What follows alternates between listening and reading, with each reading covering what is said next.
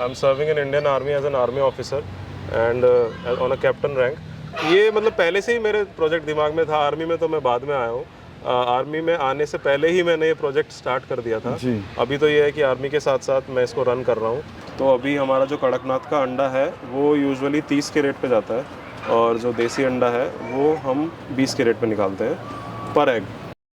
Sir नमस्कार। नमस्कार परवेज जी, कैसे हैं? मैं बढ़िया हूँ सर, आप कैसे हैं? बस सब ठीक है, आप बताइए कैसे हैं सर? बेसिकली सर आर्मी के अंदर कैप्टन है, एज ए डॉक्टर वहाँ पे काम कर रहे हैं और जब भी छुट्टी पे आते हैं तो अपना ये बिजनेस वगैरह संभालते हैं और उनका शौक भी है और साथ में पार्ट टाइम कर भी रहे हैं। बाकी सर अपना इंट्रोडक्शन दे देंगे। नमस्कार परवेज जी, मेरा नाम डॉक्टर आयुष है और मैं अभी I am serving in Indian army as an army officer and on a captain rank. और ये मेरा शौक़ है जो अभी पिछले 3 साल से मैं कर रहा हूँ जी। एंड इसके ऊपर हमने कड़कनाथ के ऊपर काफ़ी काम करा है और ब्लैक ऑस्ट्रोलॉप देसी मुर्गी पे अंदर देसी अंडे के ऊपर हमने काम किया है।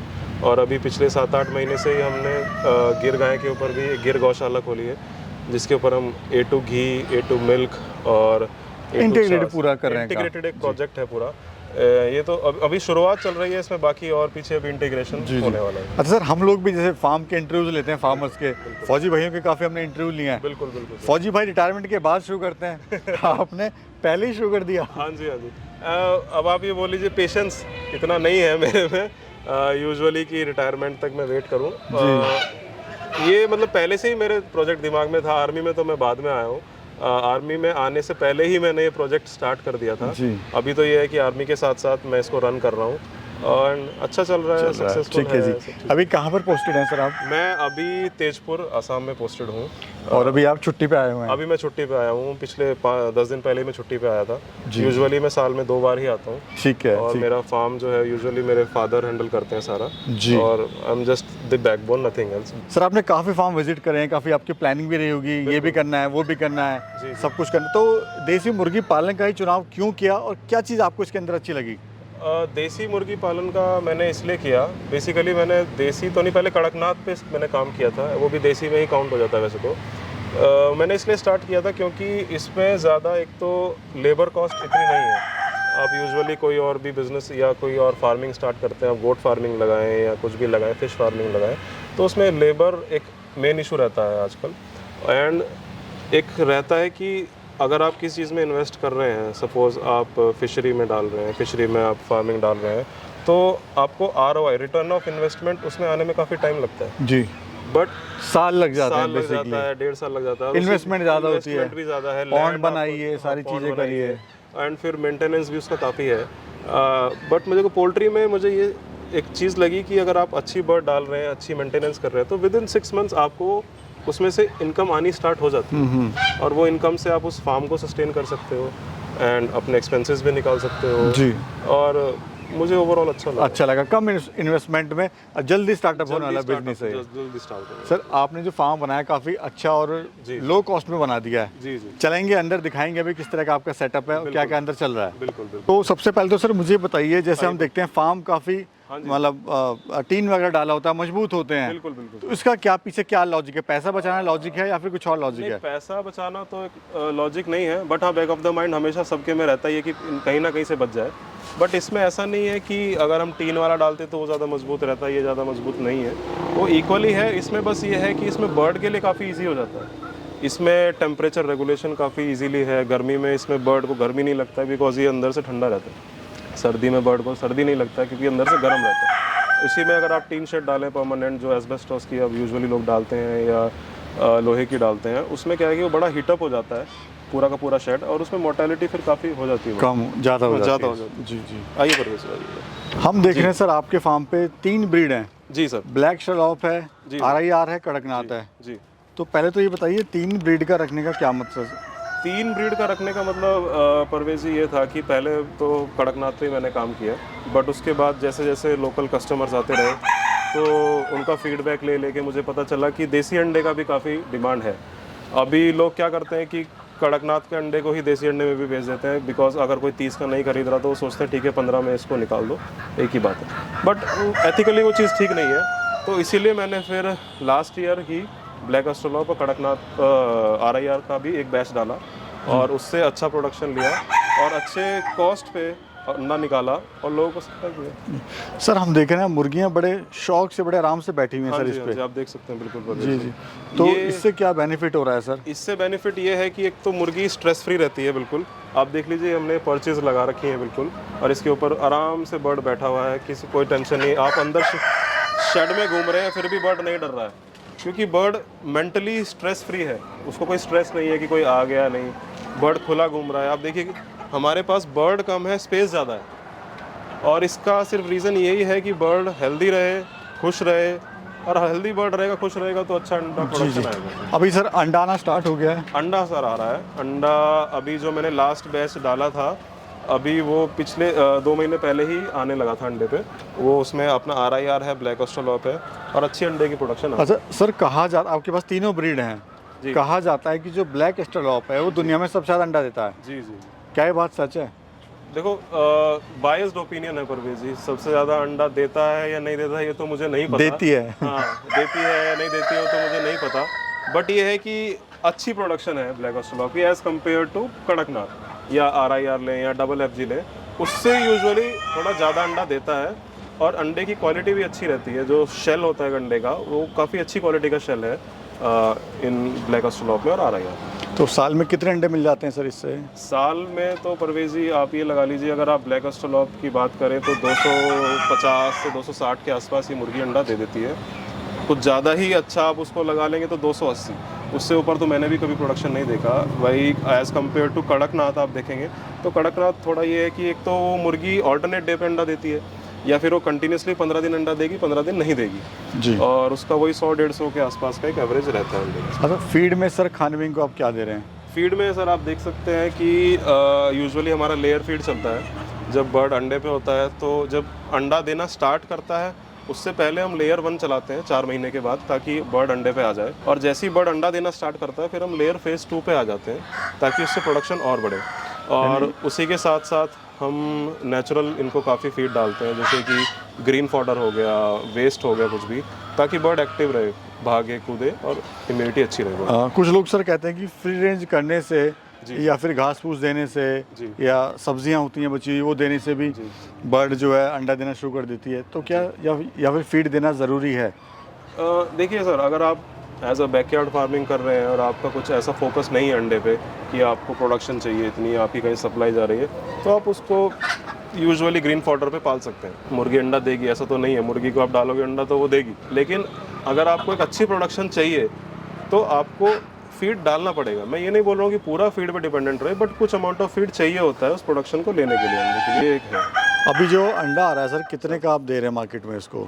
अभी सर जो अभी जैसे वेदर चेंज हुआ है तो अभी हमारा जो कड़कनाथ का अंडा है वो यूजुअली 30 के रेट पे जाता है, और जो देसी अंडा है वो हम 20 के रेट पे निकालते हैं पर एग। और अगर इसी को आप सर्दियों में आ जाए, बिकॉज सर्दियों में यूजुअली कंजप्शन ज़्यादा होती है एंड डिमांड भी ज़्यादा होती है, तो वही 30 का अंडा 35 का हो जाता है कड़कनाथ का, और ये 20 वाला 25 का। अभी सर सबसे एक समस्या आपके सामने आई होगी जब आपने काम स्टार्ट किया है कि मार्केटिंग की। जी जी जी। तो वही हम जानना चाहते हैं, हमारे जो व्यूवर्स हैं, दर्शक हैं, कि मार्केट अपनी कैसे बनाएं?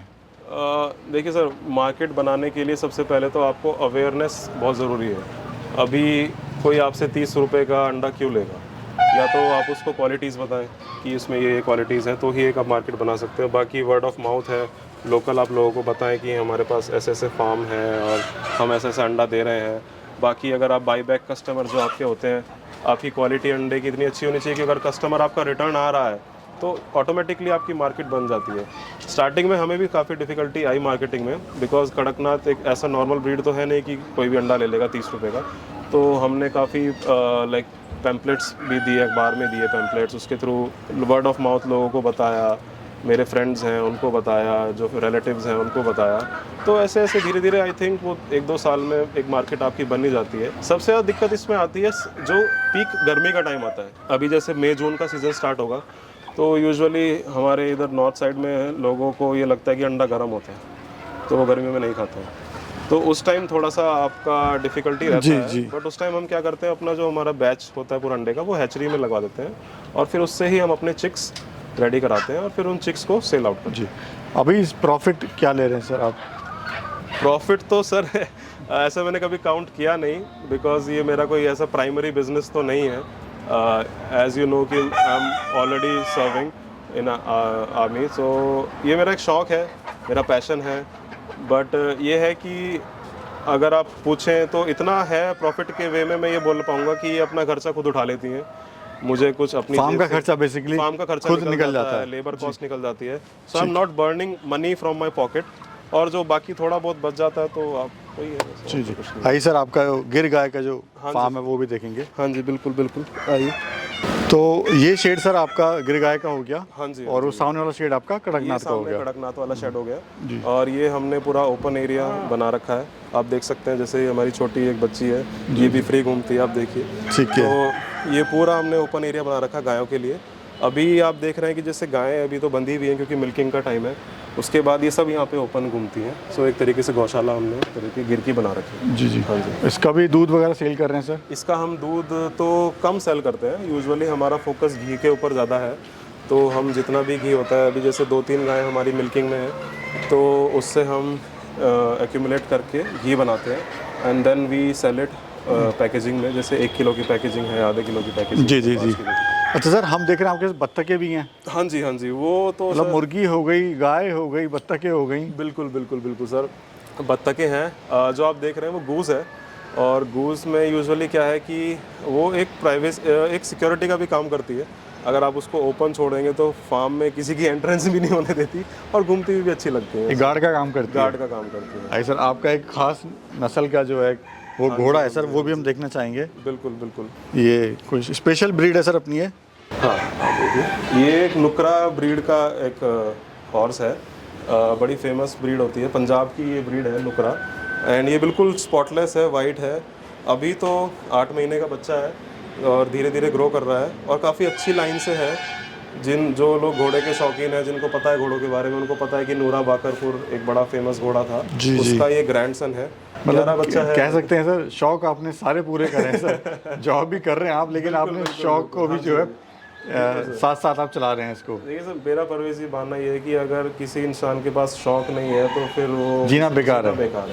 तो और शौक की कोई कीमत नहीं होती। ऐसे तो कीमत होती है, बट वैसे कोई कीमत नहीं होती। तो लोग बोलेंगे कि क्यों रख लिया घोड़ा। शौक बड़ी चीज़ है। शौक बड़ी चीज़ है। सर, जो दर्शक हैं हमारे, या फिर कोई गरीब फार्मर है जो शुरू करना चाहता है इस तरह का काम, या मुर्गी पालन करना चाहता है, वो कैसे शुरू कर सकता है?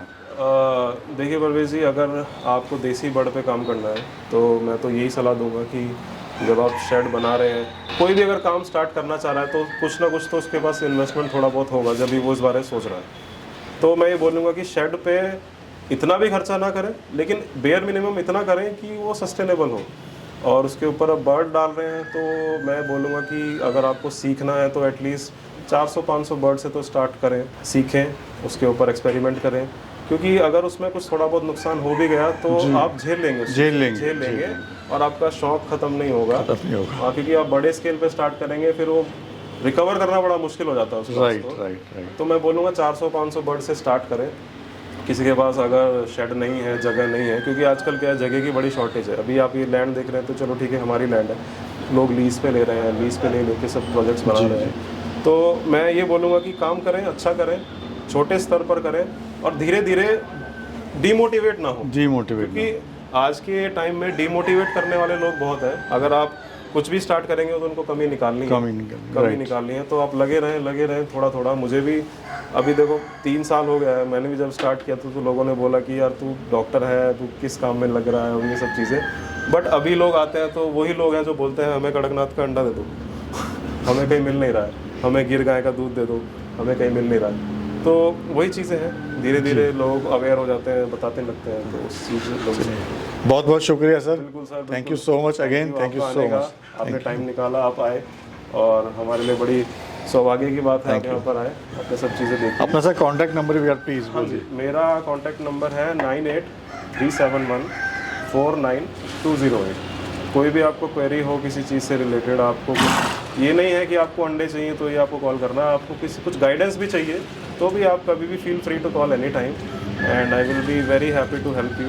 और मैं चाहता हूँ कि ज़्यादा से ज़्यादा लोग अवेयर हों इन लोगों के बारे में, बिकॉज आई थिंक यही फ्यूचर है।